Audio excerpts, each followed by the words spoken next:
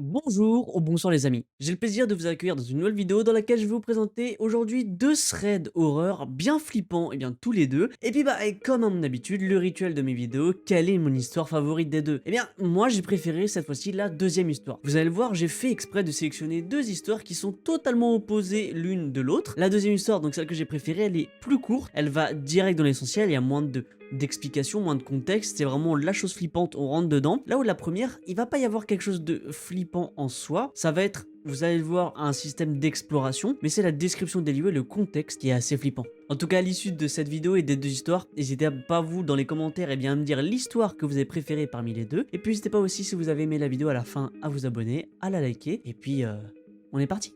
Alors pour la première histoire, eh bien c'est Eric qui va nous la raconter. Son histoire se passe il y a maintenant plus de 20 ans. Alors Eric nous indique qu'il a grandi étant enfant dans un petit village, le genre de village où tout le monde se connaît de près ou de loin. Notre ami va nous parler de Rémi, une personne âgée qui venait manger au restaurant de ses parents tous les midis. Il le connaissait bien car leur maison était juste au-dessus de leur restaurant. Pratique en soi. Oui, effectivement, ils avaient un restaurant si vous voulez, et au-dessus du restaurant, comme c'est assez courant dans nos campagnes, moi j'habite en campagne, il y avait la maison. Donc lui il travaillait pas au restaurant, mais vu que il était juste à côté, ça lui arrivait de voir des clients, et vu que ce fameux Rémi était là tous les midis, il le croisait de temps en temps, donc il le connaissait bien. Eric nous précise que quand t'es commerçant, le truc de ah là là, tu sais, dans les villages tout le monde se connaît, c'est encore pire. Lui il est fils de commerçant, donc forcément c'est la fierté de la famille, tout ça, et c'est encore pire. Et il nous explique ironiquement que des fois, il croise des gens qui connaissent pas le temps que ça, mais les autres, lui, ont l'impression de le connaître parce que le papa ou la maman en parle tout le temps. Donc il doit souvent faire semblant de vraiment les connaître et ah salut, c'est pour la politesse, c'est normal. Il est fils de commerçant, il doit être poli et courtois. Eric précise que ce fameux Rémi vivait dans une petite maison un poil en contrebas de la route, un petit peu plus loin dans le bourg. Il y avait 3 petites marches à descendre du bord du trottoir et il tombait directement sur la porte d'entrée qui avait pour particularité d'être assez basse. Tout était plutôt bas dans cette maison, fait pour quelqu'un de petit. Et selon Eric, il trouve ça bizarre, le mood est...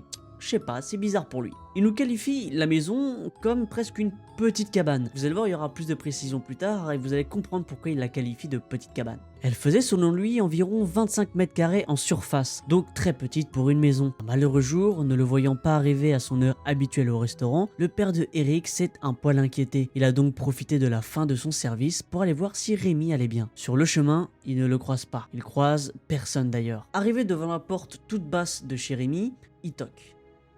Pas de réponse, personne ne répond, voilà, pas de oui, quoi, rien. Et surtout, personne ne vient lui ouvrir. Et c'est là que le père de Eric nous indique que la porte n'était pas fermée à clé. Avec son inquiétude et le fait que personne ne réponde et qu'il n'est pas venu au restaurant, il s'est permis d'entrer parce que il se sentait en plus de ça proche de Rémi, donc il a profité que c'était ouvert et il est rentré. Il appelle Rémi au travers de l'entrée de la maison et rien. Mais en marchant un petit peu dans cette petite maison, il n'a pas eu de peine à trouver Rémi, malheureusement décédé. Selon Eric, c'était dû à une crise cardiaque. Il précise que cette nouvelle, ça l'a un petit peu choqué. Oui, parce qu'au moment des faits, il avait seulement 7 ans. C'était vraiment un petit garçon. Et lui, il avait un frère, mais qui peinait à comprendre un petit peu tout ça, parce que son frère avait 4 ans. Donc ça l'a plus choqué lui directement, donc Eric. Quelques années passent, et Eric nous dit que ses parents voulaient faire des travaux dans leur maison, qui pour rappel était au-dessus du restaurant. Notre héros nous précise que les travaux étaient prévus pour être longs. Ils voulaient abattre tous les murs, changer certains sols et autres, alors c'était trop la galère de vivre dedans pendant tous les travaux. C'est pour cela qu'ils ont décidé de louer une maison dans le bourg et vous commencez à voir le truc venir, maison qui se situe à côté de celle de Rémi, ou du moins pas très loin de sa maison,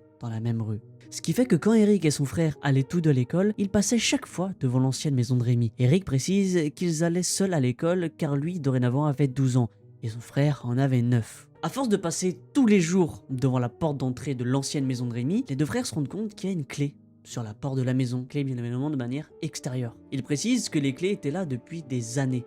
Elles n'avaient pas bougé. C'est alors que, pendant un week-end, les deux frères s'ennuyaient profondément et n'avaient strictement rien à faire et étaient seuls chez eux. Il précise que ses parents, eux, travaillaient à ce moment-là au restaurant et que Eric, lui, avait donc 12 ans et son frère 9 ans. Ils estiment qu'ils étaient assez grands pour se garder. Effectivement, moi personnellement, dans ma petite campagne, je vois pas le problème. T'as 12 ans, ton frère a 9 ans, les parents travaillent à côté. Si, bien évidemment, la maison est sécurisée, qu'il n'y a pas de problème, chacun fait ce qu'il veut, mais moi je vois pas trop le problème. Effectivement, eux voient pas trop le problème à rester seuls, donc voilà. Bien évidemment, c'est là que vous commencez un petit peu à voir le petit thread d'horreur qui commence à venir. Même si encore une fois, il y aura dans les faits rien de fou, mais les deux frères vont avoir une petite idée.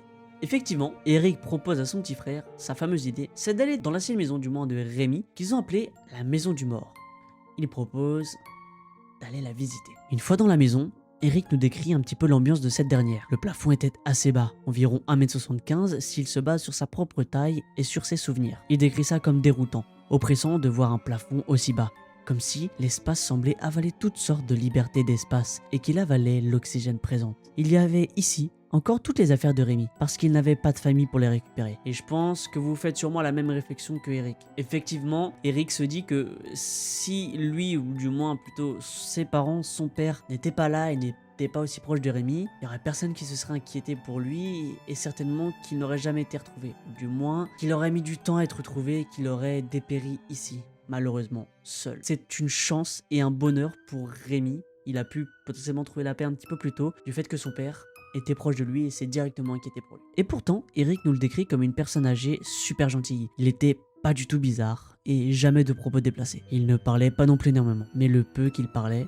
il était adorable, poli, joyeux et très propre sur lui. Eric nous confie que ça lui a fait bizarre de voir toutes les anciennes affaires de Rémi ici présentes. Ça lui a fait bizarre de se dire et d'imaginer que personne, pas de famille, pas d'amis, pas de proches en tout genre, personne n'a réclamé ses affaires, personne n'a revendiqué la maison, personne, rien, tout est resté là. En fait, ça lui a fait un petit peu de peine de se dire que personne ne s'est soucié du sort que Rémi a pu avoir dans cette maison. Personne ne s'est soucié du passé de Rémi, personne ne s'est soucié de son présent, ni de son futur, ni du fait qu'il repose en paix.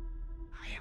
Notre ami a rajouté qu'il y avait même encore de la vaisselle, des petites piles de papier journaux, des lettres comme des pubs, des factures ou autres. Ce n'était pas spécialement sale d'ailleurs, pour une maison qui était ouverte et abandonnée depuis maintenant 5 ans, même si a priori personne n'était venu depuis. Ce qui expliquerait que tout ici était figé dans le temps. Tout était là, tous les souvenirs, sauf Rémi. La visite de cette maison, ce n'était finalement pas seulement passer par une porte d'entrée, mais passer par un portail de souvenirs. Il y résidait à la fois une ambiance glauque et pesante de silence. Eric ne saurait pas plus comment décrire ce qu'il ressentait ce jour-là. Il nous dit qu'avec son frère, il avait comme l'impression d'un mélange bizarre de faire de l'urbex et un cambriolage en même temps. Parce que c'était à la fois un lieu abandonné, mais à la fois un lieu qui avait conservé tellement de souvenirs et tellement d'objets de la personne défunte qui est Rémi, qu'il avait à la fois l'impression de faire un cambriolage, d'entrer dans un lieu où quelqu'un vivait encore là. Il n'arrivait pas à expliquer, mais voilà. Le seul terme qu'il a pu dire pour exprimer ce qu'il ressentait, c'était à la fois faire un urbex et un cambriolage. Même s'il précise, il n'a rien volé. Il précise que c'était d'autant plus étrange que personne n'était jamais venu, à part lui et son frère, dans la maison, car la maison était en contrebas de la route principale du village, à tel point que par la porte d'entrée, en dessous de cette dernière, il voyait les pas des gens qui marchaient en passant devant. Au final, au bout d'une demi-heure, ils ont fini de visiter la pièce principale. Il n'y avait plus rien à voir, sauf l'ancienne chambre de Rémi. Le frère de Eric voulait y aller, mais lui-même, il était pas chaud du tout. Il explique qu'en fait, le père de Eric et de son frère ont retrouvé Rémi dans le lit, crise cardiaque, dans le lit, somme toute classique. Mais du coup, Eric, lui, il était pas chaud. Il trouvait ça d'autant plus bizarre de pénétrer dans la maison d'un mort, mais là, c'était la chambre où ce dernier est mort. Il trouvait ça glauque, mais sous l'insistance de son frère, il finit par accepter et pénètre dans la chambre. L'ambiance est lourde, chargée, glauque, silencieuse, et ils se sentent observés. Épié. Il n'y a que des choses simples, un lit, une table de chevet et une penderie. L'air y est âpre, plus oppressant encore que le reste de la maison. Est-ce de la paranoïa ou est-ce l'esprit de Rémi qui est encore là, à se reposer ici pour l'éternité? Quoi qu'il en soit, plus de 20 ans après, la maison est toujours ouverte et personne ne l'a revendue, rachetée ou retapée. Et Eric n'a jamais compris pourquoi. Personne, même pas le maire du village, ne s'est occupé de cette maison. Est-ce que c'est un problème de budget ? Effectivement, on peut se poser la question.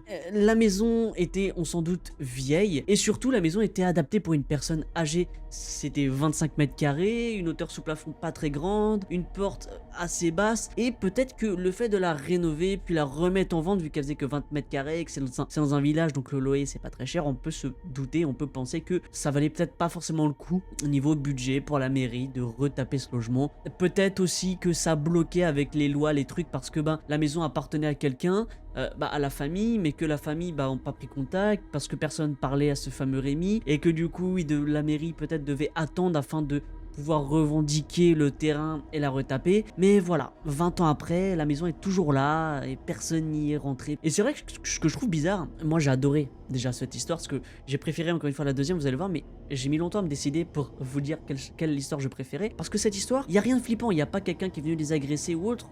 pas des sortes d'esprit. Mais moi, ce que j'ai adoré, c'est tout ce décor. On imagine vraiment dans la description, même si, je l'avoue, j'ai un peu écrit derrière, j'ai rajouté des éléments. Je pense que vous voyez à petit peu près les phrases que j'ai pu mettre pour un peu plus vous mettre dans l'ambiance, pour plus que vous arriviez à vous imaginer le lieu. Mais je trouve que le travail de description, le truc, c'est super top. J'adore, on s'imagine vraiment dans la petite bicoque, dans la petite cabane, un peu glauque où tout est là, tout est... Je trouve que la mécanique ici est sympa. C'est pas un thread d'horreur vraiment horreur, c'est dans la description qu'on peut y trouver un petit côté flippant et moi j'ai adoré. Et effectivement, pour revenir au sujet de base, ce que je trouve moi bizarre, et ce que l'auteur, en tout cas Eric, trouve lui aussi bizarre, c'est que personne n'est rentré dans la maison. Même 20 ans après, elle est restée conservée, personne n'est venu vulgairement foutre le bordel, que je trouve à la fois bizarre, mais à la fois très beau. Quoi qu'il en soit, passons à la deuxième histoire. Pour la deuxième histoire, c'est Marion qui va nous la raconter. Et ça se passe pas en France, mais ça se passe aux États-Unis, en Amérique.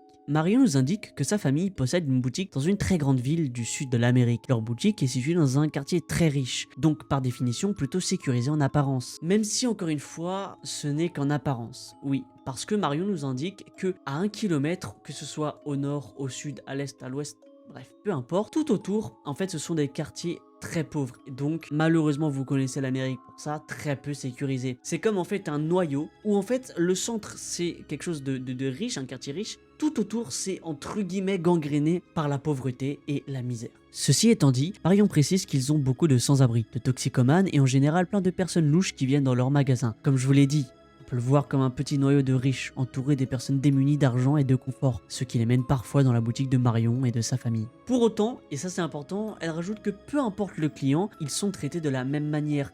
Que ce soit quelqu'un en apparence riche ou en apparence pauvre ou sans abri, eh bien ils sont traités de la même manière, poliment, avec le sourire, et ça je trouve ça génial. Elle nous indique que dans leur boutique, ils ont pour adage vraiment de ne jamais se fier à l'apparence et on ne peut que les féliciter. Par contre, on peut trouver ça totalement normal, chacun fixe les règles dans son magasin, eux, ils ne supportent pas et ils ne du moins tolèrent pas la mendicité ou le vol ou bien le racolage dans leur magasin. Toutes ces personnes-là, qui viennent faire ça, sont gentiment reconduites vers l'extérieur et interdits de revenir dans leur magasin. Ce qui, encore une fois, pour le vol, le racolage, tout ça, c'est totalement normal.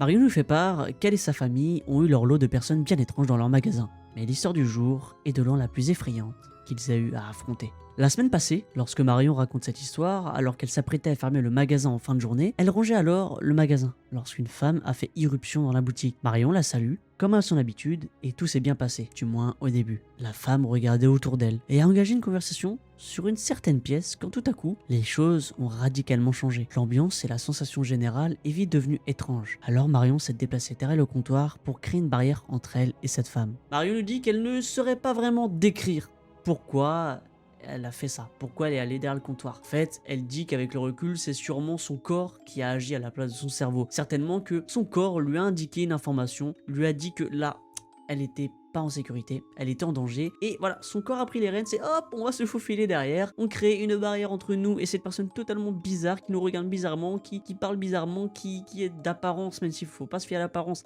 bizarre, on se met un peu en sécurité. La femme a attrapé une bougie sur laquelle est écrit « Je t'aime jusqu'à la lune » sur le devant de la bougie. Cette femme a ensuite parlé de sa famille et de la façon dont elle lirait le livre « Je t'aime jusqu'à la lune » à ses triplés, le soir en rentrant chez elle. Elle a ensuite raconté sa vie de femme mariée à Ryan Gosling et comment elle l'a récemment tué parce qu'il n'arrêtait pas de l'empoisonner et de lui cacher ses 3 paires de triplés et sa petite fille. Vous avez rien compris? Bah c'est normal, la femme a juste totalement déliré. Elle racontait des choses fausses et à la fois dissonantes, à la fois incompréhensibles, mais en tout cas, ce qui n'est rentré dans une oreille et pas sorti de l'autre, ce qui est bien resté là, c'est qu'elle dit avoir tué Ryan Gosling. Bizarre, il l'a empoisonné.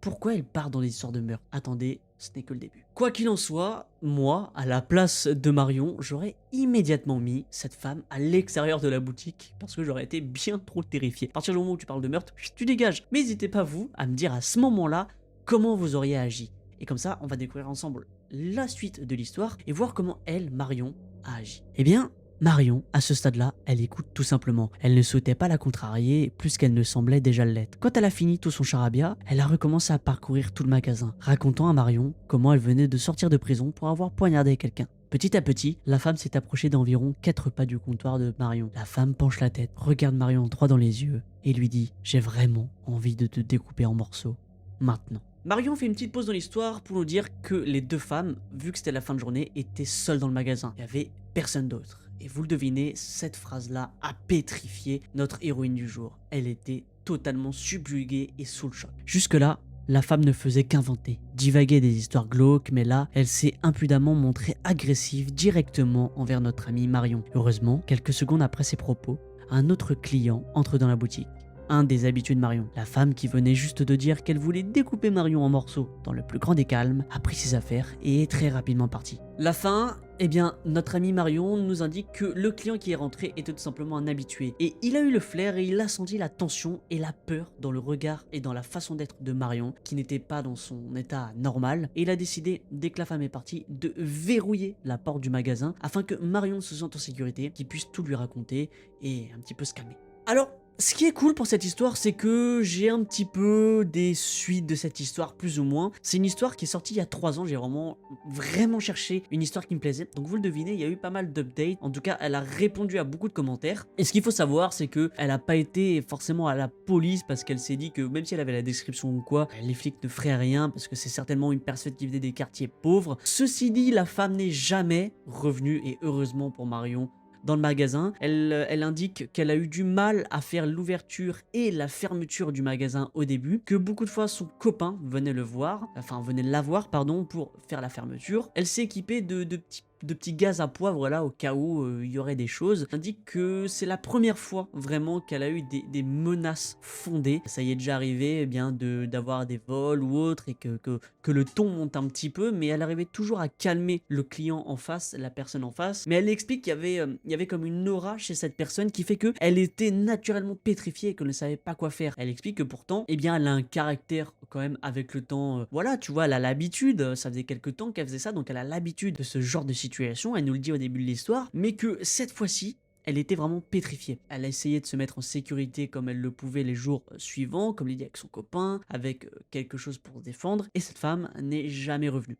Et elle n'a pas souhaité, donc Marion n'a pas souhaité porter plainte ou autre parce qu'elle savait que la police n'en ferait rien. Voilà pour cette histoire, j'espère qu'elle vous a plu. Encore une fois, n'hésitez pas à me dire l'histoire qui vous a fait le plus flipper sur les deux, du moins celle que vous avez préférée. J'ai pas envie de vous demander celle qui vous a fait le plus flipper parce que je pense qu'on est tous d'accord pour dire que c'est la deuxième, mais celle que vous avez préférée. Je prends mon temps pour choisir des histoires et j'essaie de choisir des histoires qui paraissent réelles. Sur ce, on se retrouve pour une prochaine fois pour une nouvelle vidéo. N'hésitez pas encore une fois à liker, à commenter et puis à vous abonner. Et puis voilà, on se retrouvera la prochaine fois. Prenez très bien soin de vous ainsi que de votre famille les gars, c'est le plus important.